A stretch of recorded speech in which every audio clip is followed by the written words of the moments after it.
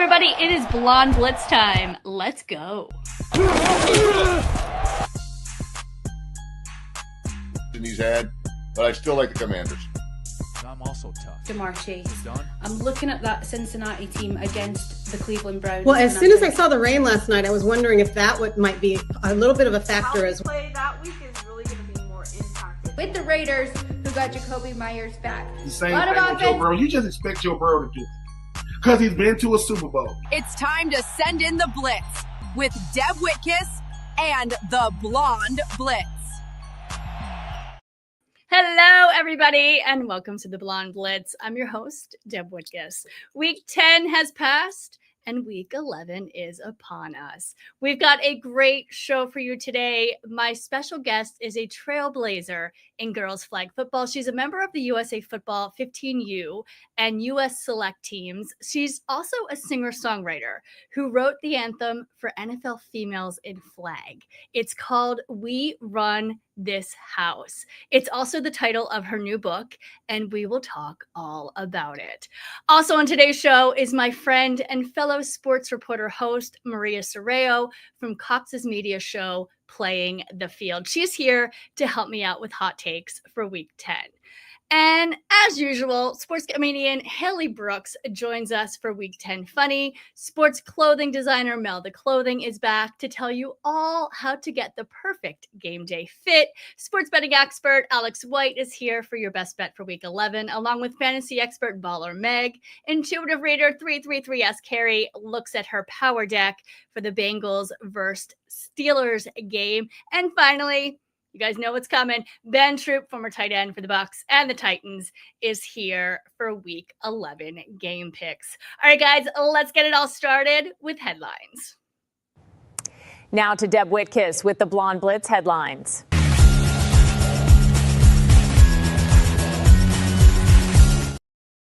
Week 10 was loaded with comebacks, milestones, and standout performances across the league. The Bears, Texans, and Colts all won on game-winning drives, continuing a season full of late drama.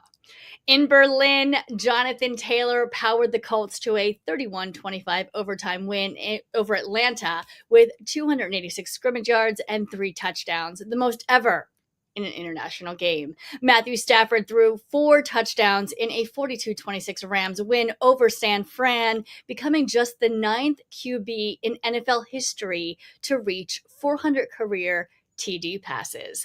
Lamar Jackson earned his 73rd win in 100 career starts as Baltimore topped Tennessee 27-19, while Devon Achane and Trayvon Henderson each broke the 200-yard mark in dominant rushing performances for Miami and New England.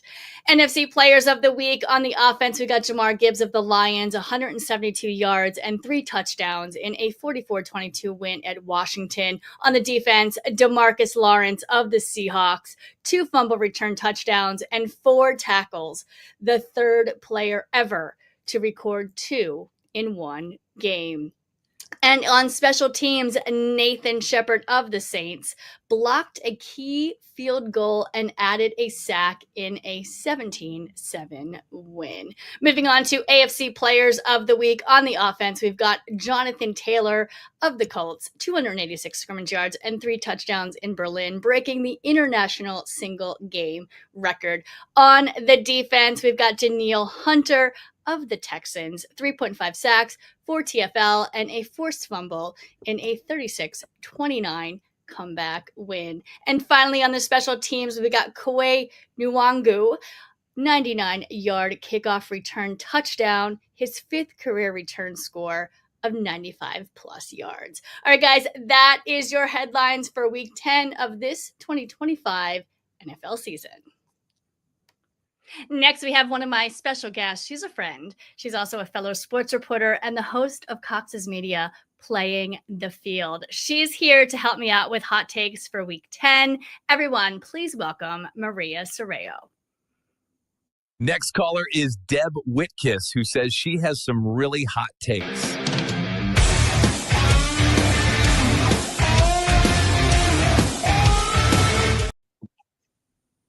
Maria, thank you so much for being here on the Blonde Blitz with me today. I'm so excited to have you.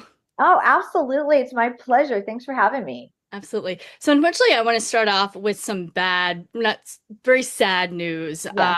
I wanted to recognize Paul Tagliabue, the NFL commissioner from 1989 to 2006.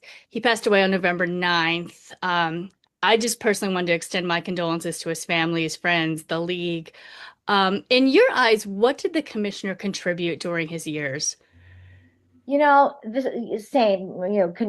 to his family and friends. He was one of the pioneers in the NFL. These positions they're not open very often. And so I think the relationships that he had built over time with owners and teams is really the most important thing. And he did it at a very, very high level for a long time. So he stayed within that NFL family. And I think the fact that he endured for a long time and overtime was super important. He was also huge in instituting the Rooney Rule, to make sure that a lot of coaches would have the opportunity, whether they were African American or whatever their backgrounds were, that they'd have an opportunity to get out there and be a part of a team at a very high level. So I think when you go out on a limb and you try to make change in the league, it's something he'll always be remembered for.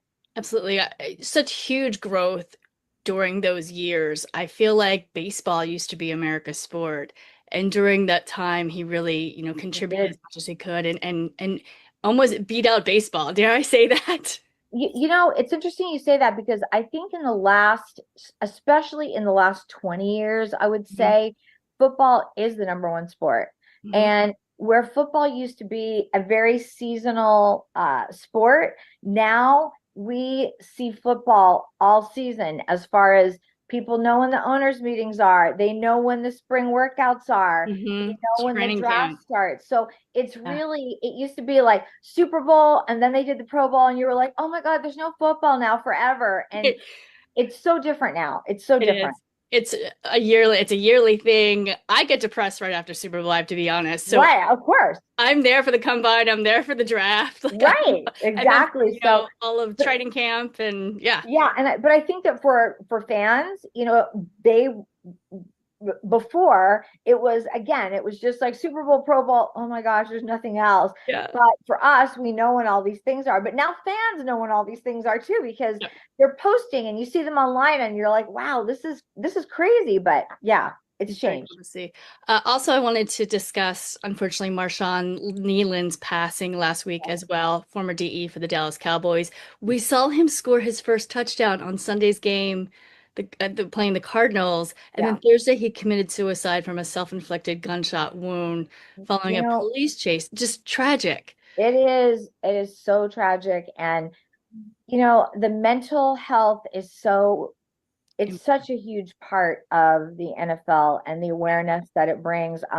I knew Junior Seau back in the day when he played, and it's so strange, but after he stopped playing, he would do a lot of different things. And I remember seeing him, he was doing a show at an IndyCar race, and it was kind of a fun show, like, watch an NFL player do this or do that. So he was going to be like a tire changer. And I will never forget seeing him at that event, and shortly after he committed suicide. And it just seems, it's something that I think we have to recognize, and these guys have to get help for, because they have so many concussions. They don't really know what it does to your brain, whether while you're playing or later in life. And I think that we just have to be open to understanding what mental health, the crisis that's really out there, and what we can do to be a part of that to help these people. Absolutely. And I think the NFL does do a good job with it. Yeah. Unfortunately, we don't see this too much, but thankfully, because it's so sad, so incredibly sad. Yeah, absolutely. Let's get into some better news. Talking about the Patriots and Buccaneers game, New England beat Tampa 28-23, 7 wins in a row. They're 8-2. They lead the AFC East right now. Are the Patriots the dark horse of the NFL this season? Well, with Mike Vrabel as their head coach, I mean, he is the heart and soul of the New England Patriots. And it's so funny because as you know, this has been such an interesting season thus far with teams like the Baltimore Ravens, where every year you come in and say they're going to the Super Bowl, Right. and then you think, oh, I said it the first day. Right, exactly. We always and then they do. lost it. Right.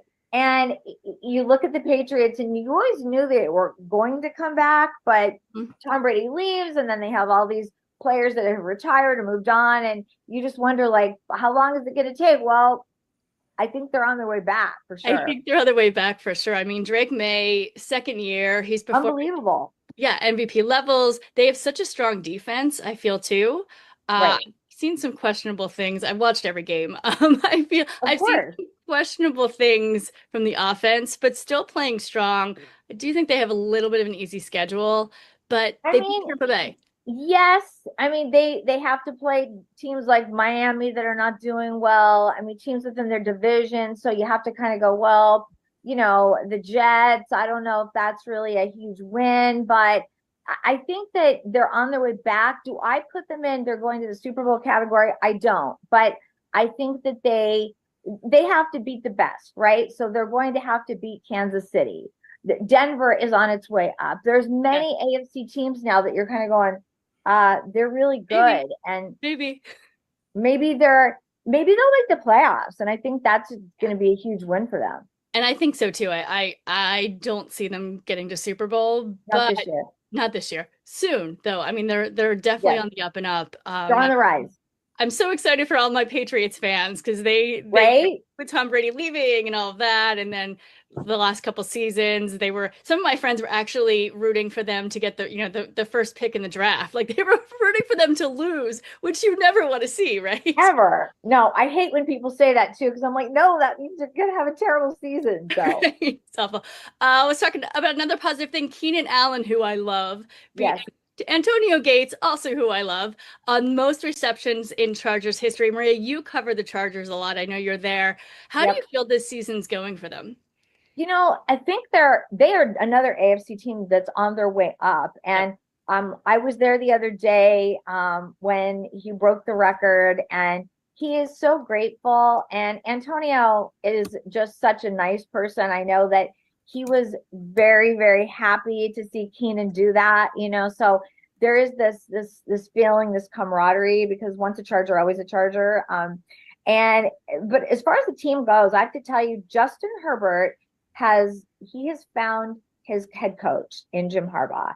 They are in love with each other, and we kind of knew that, right? They are really.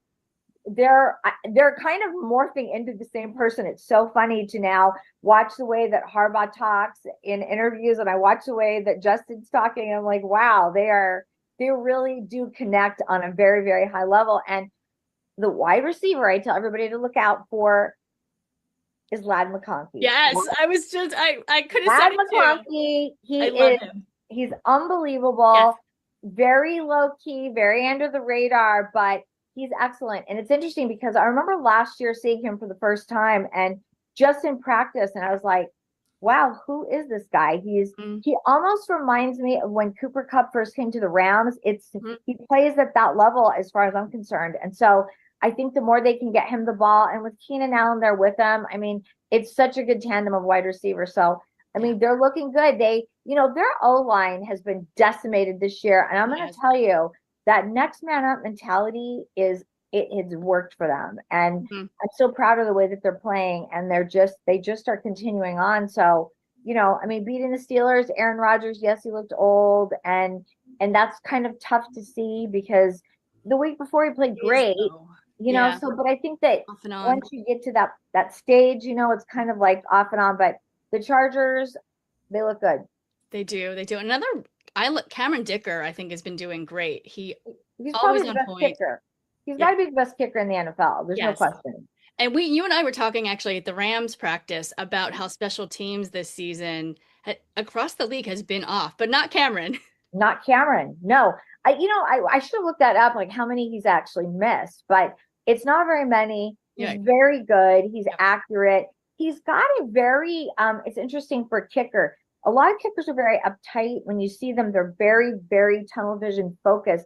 He is a little bit more, he has some of that, but he's also kind of happy-go-lucky kind of guy, you know, and so it's interesting. Yeah, I feel like Cameron Dicker and Jake Elliott are very similar personality-wise and kicking styles that we know from the Eagles as well. So yeah. You mentioned the duo of wide receivers, another great pair, Devontae Adams and Puka Nacua from the Rams. And then there are 10,000 tight ends. It's like yes, they're all very good. I've never seen a Rams team in a very long time, even while I've been covering them, that have two, maybe Robert Woods and Cooper Kupp are a pretty good combination as well. But this offense, they are being overlooked. And I'm just going to say it here because they're being overlooked. They're very good. Matthew Stafford is playing at such a high level. Yes. You know, before the season, everyone's like, well, he's not top 10 anymore. And I was like, I got into two arguments. I said, name me 5 quarterbacks who are better than Matthew Stafford. And then, okay, maybe he's 5 or 6. There is no question that you could consider him in the top 3. And a lot of people would not agree with me, but who is better at this point? Well, Maria, San Francisco game, he threw for 280 yards, 4 touchdowns. In the New Orleans games, he threw for 281 and four touchdowns there. And Jacksonville, 182 yards and 5 touchdowns. Who is better? He should definitely be in the VMP, MVP talks for sure. And not only that, but think about this too, Dad. He is throwing to multiple wide receivers, multiple tight ends. He is getting the ball out. We've seen him throw to Tutu Atwell. We've seen him throw to, of course, Devontae and Puka are always going to get, the ball, but he is throwing to Xavier. I mean, everybody on that roster you look at, and they've gotten a touchdown from him. Absolutely. He spreads it around the field. Absolutely. And yes. McVay's coaching is top notch as well. Yes. I think the Rams are going to the Super Bowl. We'll see.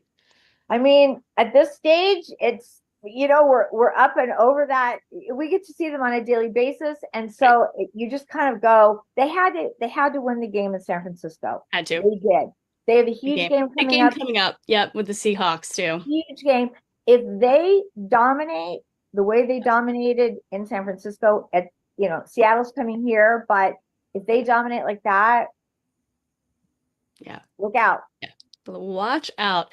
Well, someone who unfortunately was not dominating, head coach Brian Daboll of the Giants. Oh my God, the Giants. He got fired. I have wanted to see him fired, honestly, for the last 2 years. He was always on my Black Monday list, but the Giants always made other moves. They finally, I think, made the correct one, possibly. What do you think? The Giants have been such a mess for so long. Yeah. And I don't know. I mean, do you fire a coach in the middle of a season? This is always kind of a big conversation because then somebody else is going to take over that's on the staff usually because everybody else is working. And so then another guy is going to get an opportunity. But when you are not playing at the level that you want, or if there's some kind of animosity going on within the team and the head coach, I mean, you have to make a change, and sometimes they'll throw out the offensive coordinator or, special teams coach. And you're like, that was just a gimme to say, well, we made a change, right. So exactly. And that's what they've been doing. Right. Exactly. Yeah. So to make this drastic of a change, I think that ownership had to step in and just say, this isn't working. And so he's going to go. I mean, he will get another job as a coordinator somewhere. They always do, but at some point you've got the head coach. Somebody once told me that, the head coach is never the hero. The quarterback is the hero. The head coach always gets fired. So either he does a great job and he stays because it's his job, or he's out. And so, you know what, they've got to move on and find somebody else. Yeah. Well, here's my concern about it is Jackson Dart. Daboll's a huge Jackson Dart fan, and Jackson, obviously he has a concussion at the moment from the Bears game last week, but he'll be back. So we'll scout it. So it's like, you make the change now, like you're finally clicking with your quarterback and your players, and now he just got fired. So that's always I'm not sure if it was the right move, as much as I have not liked him in the last several years. But another questionable coach from last week's game, Sirianni. I mean, Eagles did win 10-7, but what an ugly game. And why did Nick Sirianni? He punted the ball on 4th down, 30 seconds left, almost lost the game for the Eagles. Was this the right move for him to do at that time of the game? You know what? I don't know. I don't know if that was the right move because I always give one game during a season to look at a team and just go, what the heck was that? That is what we did. Yep. Exactly. I was screaming at the TV. Yeah, 10-7. How was that game 10-7? It was just. Yeah, that's true too. It was absolutely crazy. And so I do think that Sirianni comes from that diabolical, crazy coaching tree that we know many, many coaches come from. And I think there's just some games where they make decisions that you just don't. I mean, where does it come from? What was he trying to do? I don't know. If it ever happens again, then I think we're going to have a whole conversation about. But I will tell you this: he has made some questionable moves that I've wondered about over the years. And absolutely, of course, they win the Super Bowl, and everything is perfect. But he's a wild card. I'll give him that. I don't know if you want to take that as good or bad, but sometimes he makes decisions that you just kind of go, What was that? Yeah, and this was absolutely one of them. Yeah, he wanted to end the game by scoring and getting the 6-point lead, and at that point, it just didn't matter. It just mattered that they were going to win the game, and I would have punted the ball, but I'm not a coach, so right. Yeah, you know what? It's on him because, like I said, if he does bad things, he's going to get fired. All right, Maria, thank you so much for joining us today. Where can our audience find you? Absolutely, thank you so much. At Playing the Field TV, or if you're in Southern California, you can see me on RPV TV channel 33 or Cox TV 4 in the South Bay. Awesome. Thank you so much. And I will see you on Friday. I'll be at the Rams. I'll see you then. All right. Talk to you soon. All right, guys, keeping in the Week 10 theme, here is sports comedian Haley Brooks with her funny take on everything that happened. Okay, I got one for you. What did the wide receiver say to the football? Catch you later. Yeah, my jokes suck. That's why I watch the Blonde Blitz.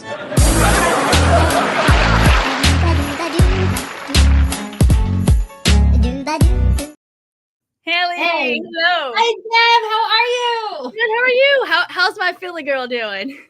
We're here. What did you think of the play that that game was so boring. It was so like I would have rather watched my toenails grow for the first like 3 quarters, but I mean it had a great little payoff at the end. But my God, get to it. Yeah, right. It was. I mean, the Eagles defense did their job. They kept them, kept them at bay, kept them low scoring game. But that last punt, Sirianni went for it. AJ Brown didn't happen, and they almost lost it. Almost. It was. Thank God for a missed kick, right? Yeah, right. Thank God for the missed kick. Thank God. He was going for like a 70-yarder or something. There was no way, but you never know. I threw back a quick 70 yards real quick. Yeah. I mean, no big deal, right? So what did you think about Week 10 in general? Oh my goodness. Okay, so I think the hot ticket item of Week 10, going to Berlin, going overseas, right? So we had the NFL taking over Berlin. We had the Falcons and the Colts. And my God, the NFL fans took over Berlin like it was 1933 all over again, Deb, or as I like to call it, modern day America. But yes, Germany has some NFL roots. I mean, even this show, the Blonde Blitz, right? So the blondes, Germans love the blondes. But of course, yeah, even if it comes from a bottle, it's fine. But the Blitz, like your show Blitz, comes from Blitzkrieg, which is German for rapid attack. Like when Bill Belichick gets a hold of the sleeves of a hoodie, he blitzes those things right off at the seams, right? Second Amendment, full-fledged, all the way, Bill.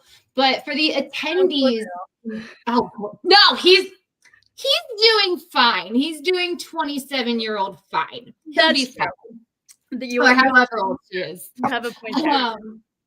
But oh my God, in Germany, I've been reading a lot of the articles. Obviously, I wasn't there. I can't afford that ticket. Like they were like starting at like $200 for the game. Yeah, not for me. For the 70,000 people that went, have at it. Congrats. But from what they've said, as far as the stadium food was very interesting. They renamed some of the menu items, like the ballpark hot dogs. They were called Anne Frank's.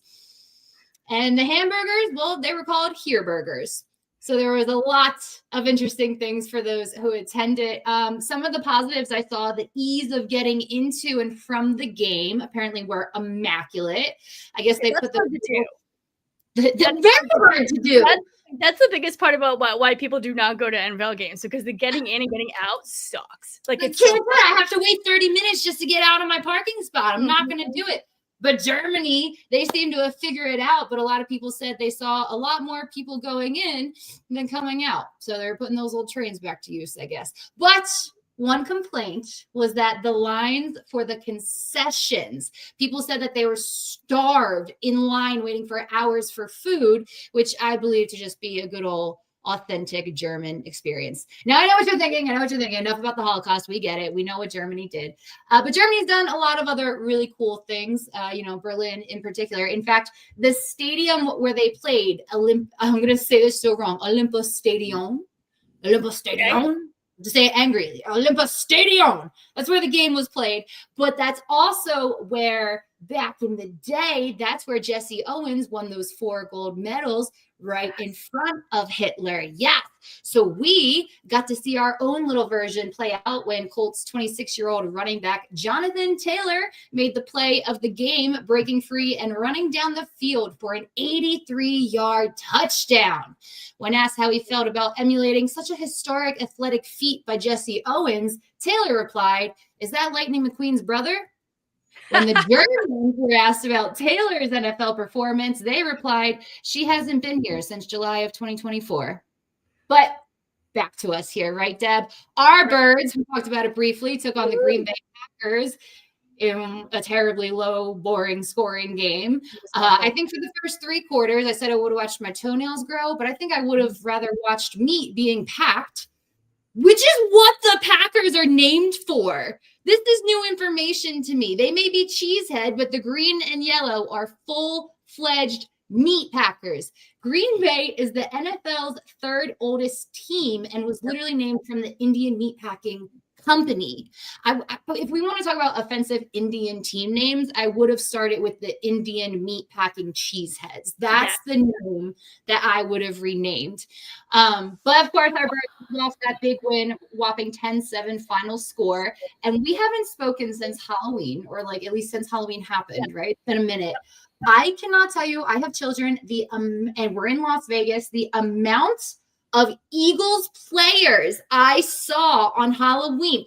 It was immaculate. It was so beautiful. Every small child who dressed up as an NFL player, they were an Eagles player. However, I saw a lot of Hurts jerseys, and I thought that was weird because if you wanted to dress up like a scary Eagles player, I would have gone with Michael Vick.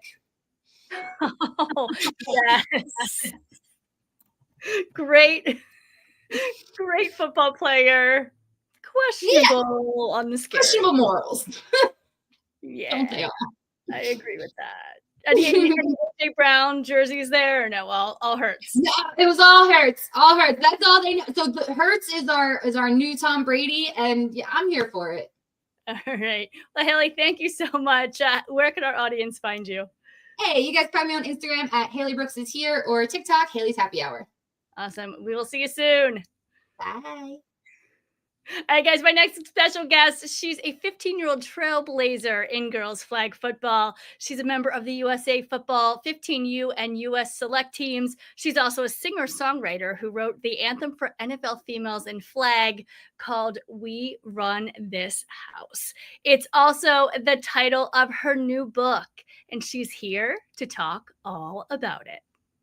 I'm still waiting for my invite as a special guest on the Blonde Blitz. My agent is waiting for your call, Deb.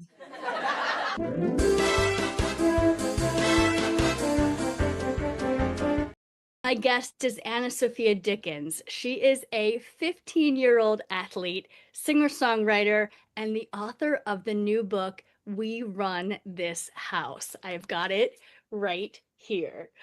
She is a wide receiver on the USA Football #1 ranked 15U women's flag football team and a player on the US Select team. All right, so Anna Sophia, why football? Why do you love it?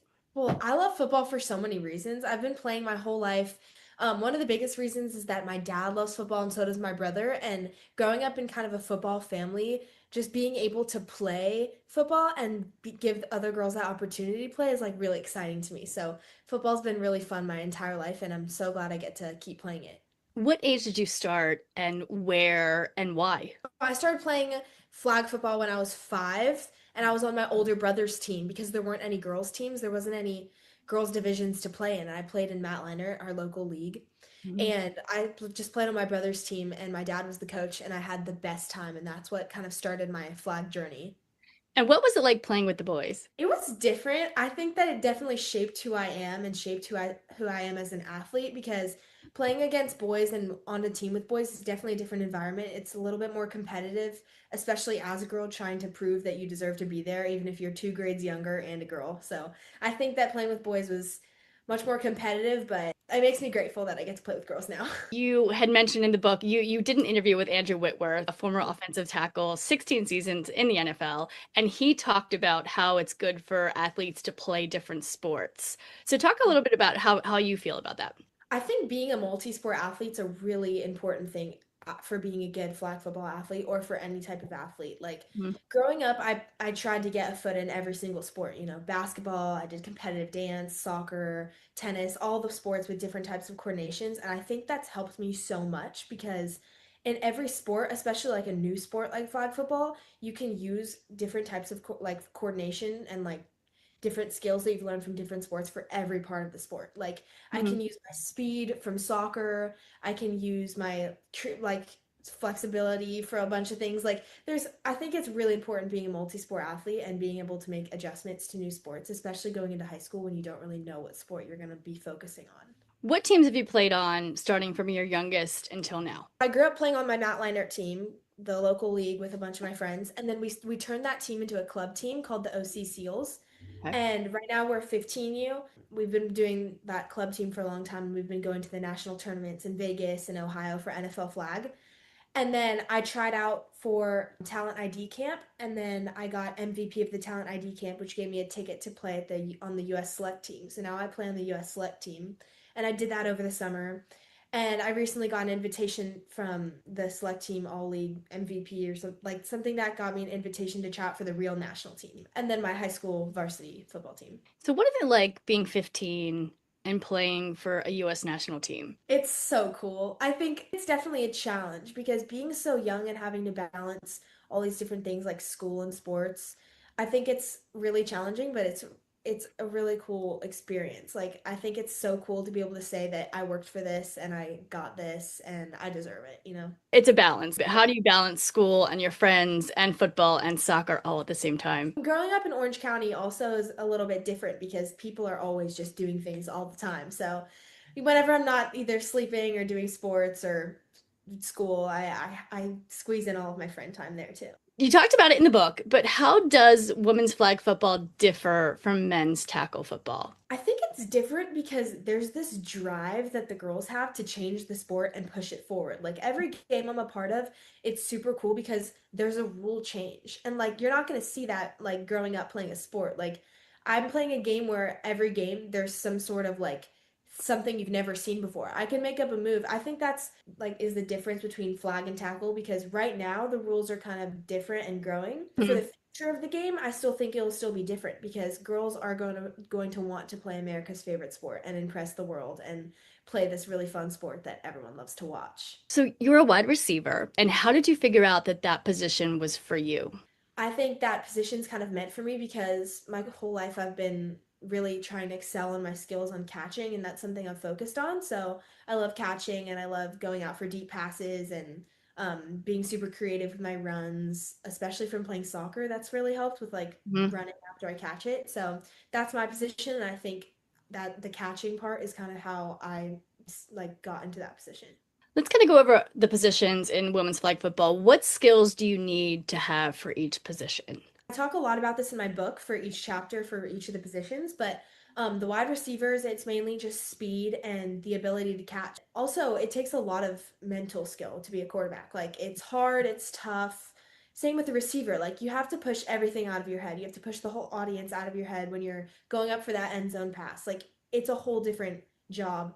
As a defender on flag football, it's less about the physicality as it is in tackle football. I mean, there's a lot of physicalness to this game because, the rules are iffy about how contact it is. It's no contact, but you have to be really physical. But it does take a really physical safety and corner who are in the back on defense, and then in the front, it takes quick, fast flag pullers. I play middle linebacker and I play rusher. And it takes having to be able to run super quick to the other side of the field and pull a girl's flag. You talked a little bit before about football is a mental thing as well as physical. I wanted you to explain what you called your flow state in the book. Well, when I get into the game, everything shuts out. It's just I know a lot of the athletes can definitely relate to this, but my mind kind of turns off and it's almost like just being locked in. Like the flow state is like just me relaxing and only focusing on my job. I'm not focusing on my math test. I'm not focusing on my friend drama. I'm not focusing on what the coach is about to say to me. When the ball's in the air, I focus, I lock in, and I'm in my flow state, and all I think about is how I'm going to use my hands in a diamond. I'm going to catch the ball. Like that's all I think about. Mentality is a huge thing in flag football. What prompted you to write a book about women's flag football? Well, I got really inspired by all of the support all of these brands were giving girls in flag and how fast the game was moving forward, and I really just wanted to be a part of it. Another thing is growing up, I was lucky enough to just be in the right place in the right time. I'm not the best on my team. I'm not any of that. I was just so blessed and lucky enough to be taught from the best coaches, from the select bowl coaches, from my coach Jason Geyser, who was my Mount Leonard girls team coach, who's my club team coach, who happens to be the best coach in the country for high school sports. And to get all this advice from people who want to help with mentality like Michael Strahan and Andrew Whitworth and NFL players, just getting all that advice, I really, really wanted to put that all into a book and give it to girls so they could have that advantage too. Can you give me an overall synopsis of the book? Yeah, the book has things about mentality. It has tips for all of the positions that you want to play. It kind of has my backstory and how the game is growing, like how fast flag is growing, and just tons of tips for every single position and how you want to play, and it's just tons of advice from all of the best. I love how you broke down every part of flag, to be honest. You made the differentiation between men's tackle, and you talked about team bonding, which I loved, how important that is, how to walk into the room. You guys are blinged out. You have confidence. It makes you feel better, kind of dressing for the part. You talked about the mental game as much as the physical. You break down the different positions. There was 2 or 3 things that really stuck out in my head when I read the book. I love how you included interviews and advice from the NFL pros. You interviewed elite quarterbacks Matthew Stafford, Jared Goff, former NFL Andrew Whitworth, Michael Strahan. Those interviews are really hard to get. You also mentioned several players, Tom Brady, the GOAT, Patrick Mahomes, Julian Edelman. What made you include NFL in a women's flag football book? Flag football is just being taken from the NFL and like being taken from the game of boys tackle. So just to have that base and the best of the best from the base sport, but from those players, they also talked about how they wanted to play flag too. Like Matthew Stafford mentioned how he might want to join flag like professional. So I think that's really cool that a lot of those professional players that play from the base sport can give you advice to this new sport that's being created from it. And what was one takeaway from each of the interviews? Also interviewed Deanna Flores and a bunch of like the big flag girls. So then there's like both interviews from both of the sports. But my biggest takeaways, I think for the Whitworth one, I think the coolest thing was just being a multi-sport athlete because that really resonated to me from playing all these sports.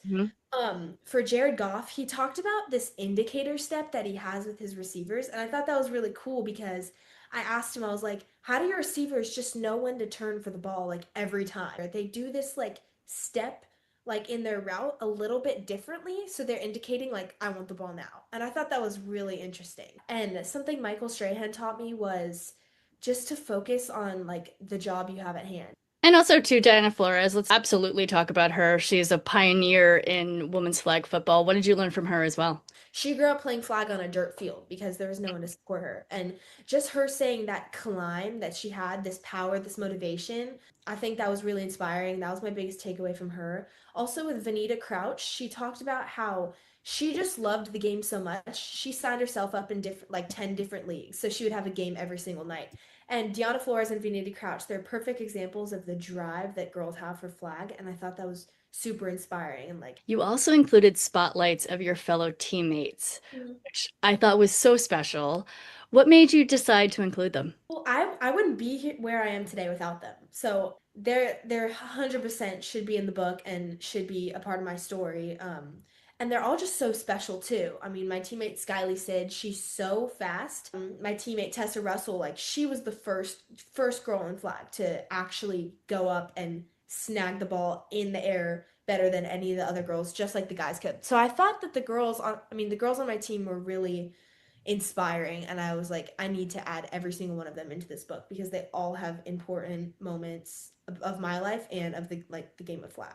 And you also included the Queen, Taylor Swift. You talked about how she opened up so many women's eyes to football, and I think that's extremely important. Can you expand on that idea?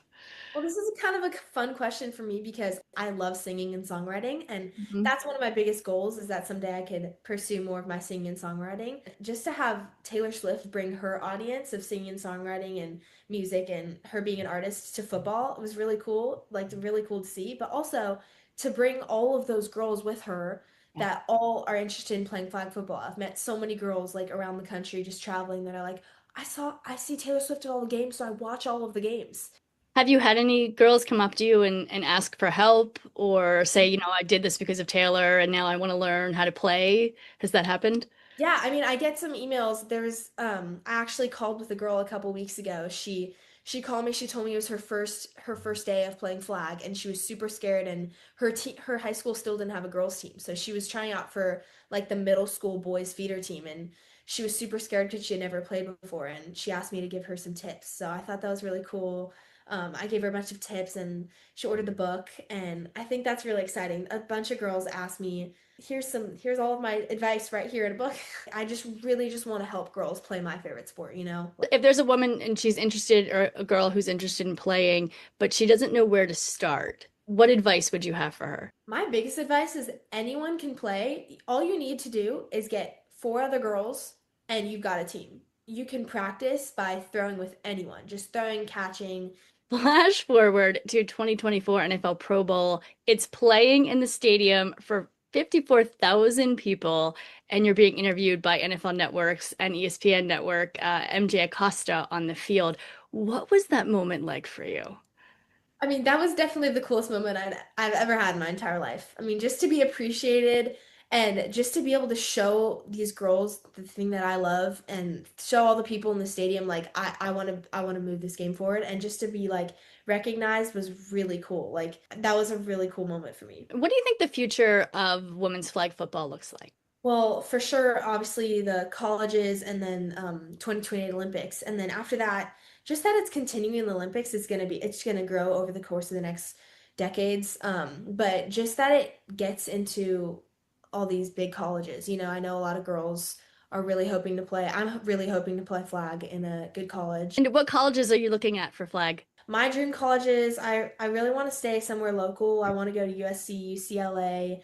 My biggest goal is Stanford. I'm hoping that the flag really gets into those colleges as like D1 or D2 sports. Are you looking for a pro career in flag football? Next year, I'm going to trials for the national team, and hopefully someday I'll be on the national team and I can just keep playing on the national team and, play in a pro women's league, which would be so cool. And just to be able to play in the Olympics and play in college, that's definitely my dream. And Sophia, if anyone watching today's interview, they want more info on the book or women's flag football in general, how can our audience find you? You guys can find me on Instagram at Anna Sophia Dickens, and I'm on TikTok and my website, and you can get the book on Amazon or Barnes & Noble, but you can find me anywhere.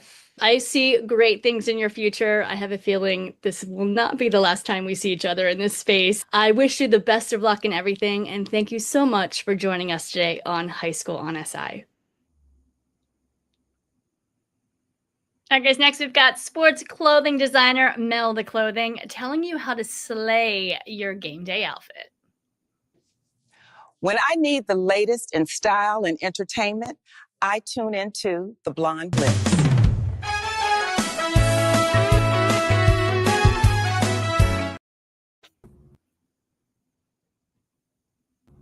Hey Deb, thanks for having me on the Blonde Blitz.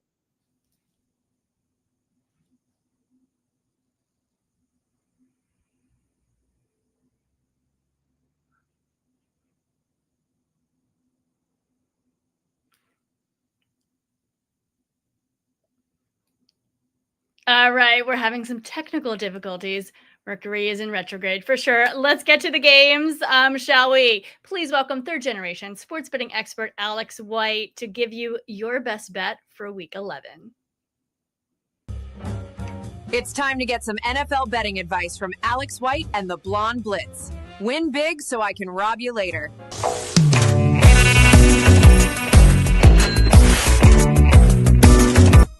Hi Deb, hi everyone. Alex White here from Sports by the Book. Very happy with my Rams pick last week. Let's keep it going. Showing the AFC West some love this time.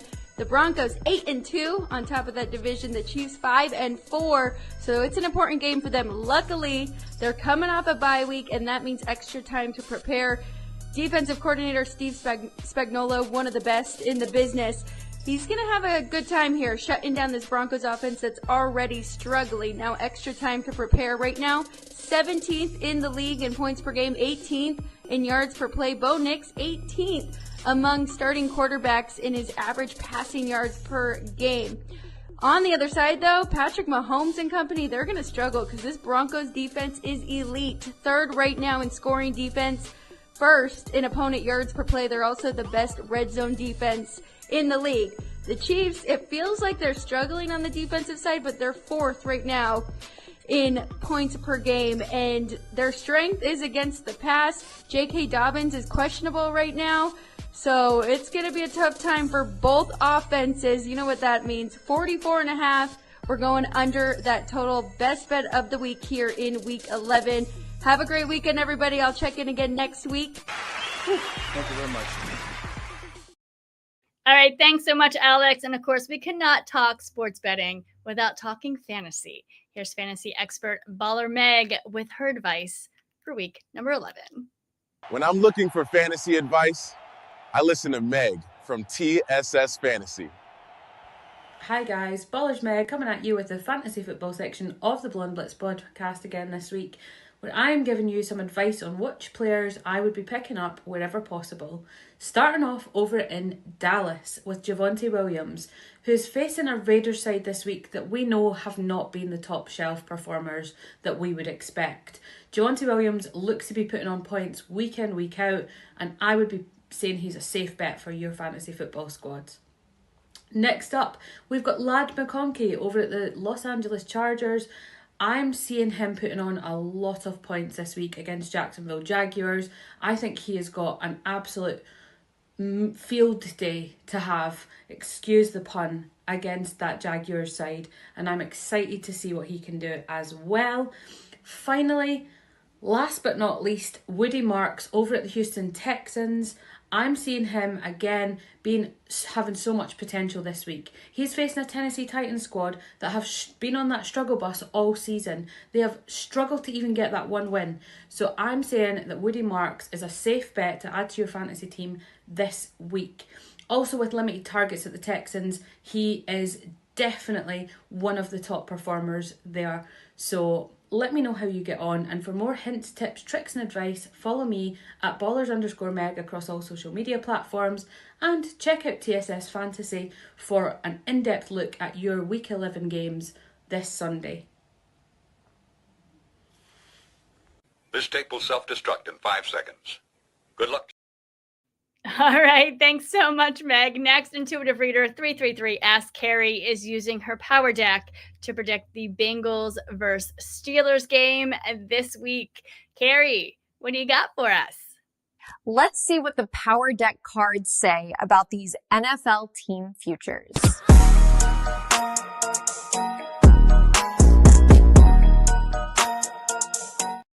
333 Ask Carrie here, ready to give you Week 11 predictions for the Bengals versus Steelers game using my power deck. So there are two major transits astrologically that are going to be impacting this particular game, I feel. And that's going to be first Mercury retrograde. Now, Mercury retrograde is a very slow moving time. That's right. We feel like our feet are in mud. We also have miscommunications, transportation breakdowns, misunderstandings. And one of the things that I feel might be happening and how it relates to football is the fact there might be a controversial call and or maybe an injury or two. I don't know. Unfortunately, hopefully not a combo of that. And then the second transit that I feel is going to be very impactful is Venus in Scorpio. Now, Venus in Scorpio really brings out the teams that give that all or nothing vibe, or also very much so a rivalry type of a feel to the game. So in other words, I feel like it's going to be a pretty intense particular game, and I don't think this is going to be the only game that's like that for this particular week. But let's see how these teams do. First, let's talk about the Bengals. The Bengals is very an earth and water type of an energy going on. We have Joe Flacco, who is a Capricorn, and then we have Jamar Chase, who's a Pisces, and together they have this very grounded yet flowy vibe. And then they proved that last game, and it was a pretty close one for them. So I'm sure that they're going to hope that they could only do that again and resurrect that type of energy. Then we have the Steelers, and they are on home turf, guys, so they are ready to rock and roll. We have Aaron Rodgers, quarterback, who is a Sagittarian. That's a fire sign. So, and then they have a water vibe because two of their other key players are Scorpio and Pisces. So they have this like very it's a very fiery yet very balanced flow of energy. So who's going to win out? Let's see from the power deck. Let's start with the Bengals. I have the Queen of Pentacles, or the Queen of Clubs, which kind of indicates that they are coming off of a very money-making type of a game or a feel. And then we have the Two of Diamonds for the present card. Two of Diamonds indicates that at halftime they might be pretty close, neck to neck in scoring. And then the Three of Spades, though, is their final card, which means that in the future they are going to have a loss, and it might be related to this game. Now, what's happening for the Steelers? First of all, guys, they're on home turf, so they are super happy to be coming back onto home turf with the Three of Diamonds. They are on a great streak here with their ranking. And then also, King of Hearts is their current card, so that means that probably a combination of those sweethearts, Aaron Rodgers, and the other two water sign players that are coming on, because hearts represent water. And then we have the Three of Hearts, which indicates that there'll probably be at least 3 major plays that they'll make, whether they're touchdowns or really just great comeback plays, and ultimately win the game. And the final score being Bengals 21, Steelers 28. Okay, back to you, Deb. Have a great week. Thanks so much, Carrie. We will see if your predictions are correct. All right, guys. Ben Troupe, former tight end for the Buccaneers and the Titans, is here. He's here to help me with Week 11 game picks. Bring in Deb and Troupe so we can get our NFL picks.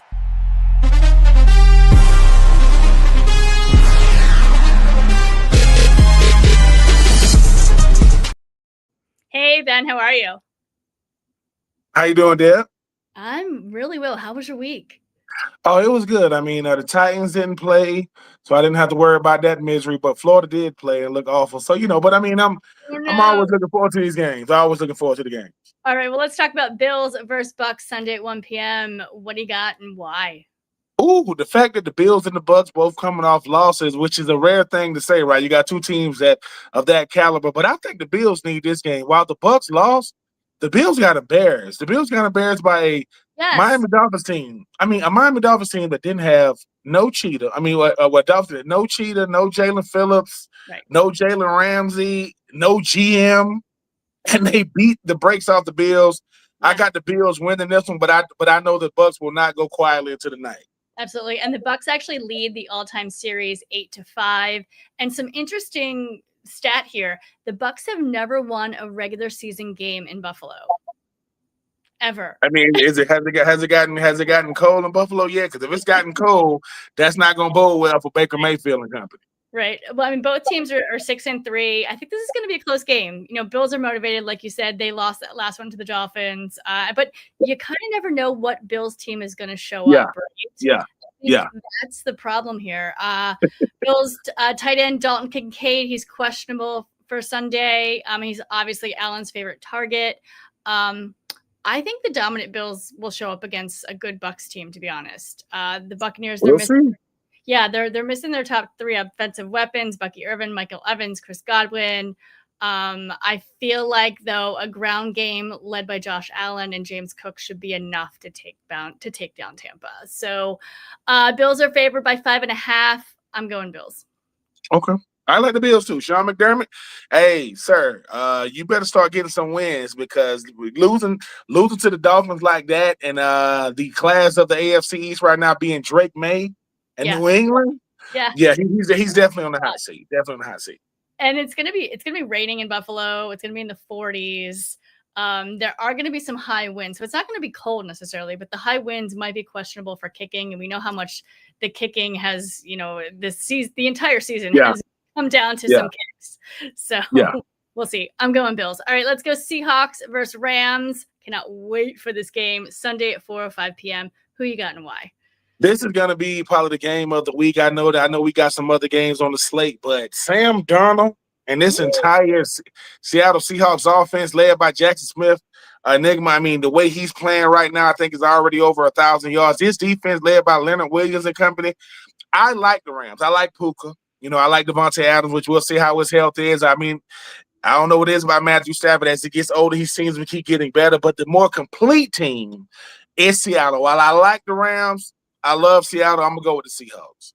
Oh, wow. All right. I have to go Rams. Obviously, I cover them. I think Stafford should definitely be in MVP talks. He's averaging 4 touchdowns a game, which is insane. Darnold's playing great, though, too. Both teams are 7-2. They have both won 4 straight, both balanced teams. I think it's going to come down to the defense and who can stop the ball, right? Yeah. That's what it's going to come down to. The Rams rank 2nd in the NFL right now, allowing just 17 PPG, and the Seahawks rank 4th at 19.1 PPG. So I'm giving the edge to the home team. SoFi will be on fire. Rams. It will. Those Rams are a 3-point favorite. I'm going to go Rams. So we'll see who's right there. Another really good game. These last 2 are great. Chiefs versus Broncos, Sunday at 8:20 p.m. Who you got and why? Who would ever thought that the Broncos would come into this game 8-2 and the Kansas City Chiefs will be chasing the Broncos right now, like what Bo Nix and company is doing, Cortland Sutton and those guys. But it's something about this Chiefs team that you realize, hey, man, this is when we got to start making a run. We respect what Bo Nix and Sean Payton have done. But I just think this Kansas City Chiefs team understand that they have underwhelmed at this point, have won some games, kind of let people know they're still a very, very good team. But they need this win. 1, because it's a division game, and 2, we don't want Bo Nix to come to put too much space in between them because you still got to deal with the Chargers who are surging. Give me Kansas City. Good game now, good game. But I got Kansas City winning this one because I think the Denver Broncos, while they're 8-2, I don't know how impressive of an 8-2 it is. Yes, it's 8-2, and I'm going to respect what they've done. But I'm going to go with a better quarterback, better coach. That would be Andy Reid and one Patrick Mahomes. Absolutely. I agree with you, too. I think the Chiefs have this one. The Chiefs are all-time 73-57. Broncos have won 7 straight and are 5-0 at home this season, but I don't think that's going to make a difference. Andy Reid is 22-4 in his career after bye weeks. Wow. Yeah. So KC is well rested and ready to go. So I think they're going to dominate, and I think it's going to come down to the wire, but KC normally performs great like that. So the Chiefs are the 4-point favorite on this one. I'm going to go Chiefs as well. All right. We got the last game. We got Lions versus Eagles, Monday Night Football, under the bright lights. Who do you got and why? You know who I have already. Of course. Let me tell you why I'm going to go with the Lions. And I respect what the Eagles have done. Bringing over Jalen Phillips, he paid dividends. Yep. Against Green Bay. You talk about Saquon having a nice bounce back game against the Green Bay Packers. But Nick Sirianni doesn't get enough credit for how much turmoil he has to deal with within the locker room. A.J. Brown is making a lot of waves right now. He's not getting the football. He's not happy, and he's not supposed to be. They are winning, but he seems like a very disgruntled wide receiver right now. He's not a diva. He's just disgruntled. I know he had a lot to say today in the media. Sometimes inner workings of Nick Sirianni, what he does a good job of is not letting distractions become outside of Philadelphia and affecting the game. Jalen Hurts is a man of very few words. He's not going to say much. He's just going to go out there and win. But I think this Detroit Lions team knows that we got to win against teams like Philadelphia to prove not just to ourselves but to the rest of the league that we're a team to reckon with. Because when Detroit played against Kansas City, that game kind of got away from Detroit. And you got a two-headed monster at running back with Montgomery and Gibbs. You talk about what Amon St. Brown does. Aiden Hutchinson is going to learn why Lane Johnson is one of the best right tackles in football. But it's going to be a good game. But I just think Detroit is going to prove to Philadelphia, hey, man, y'all might be a better team than us, but y'all going to have to reel some of this distraction stuff in, that being A.J. Brown, talk about the offense and what the defense, is making up for them. Love the Eagles. Never, ever like to go against them, but I'm going to go with Detroit only because of the distractions coming out of their locker room right now. Yeah, no, and I agree with you. This is going to be a great game. Lions have a really good shot at this one.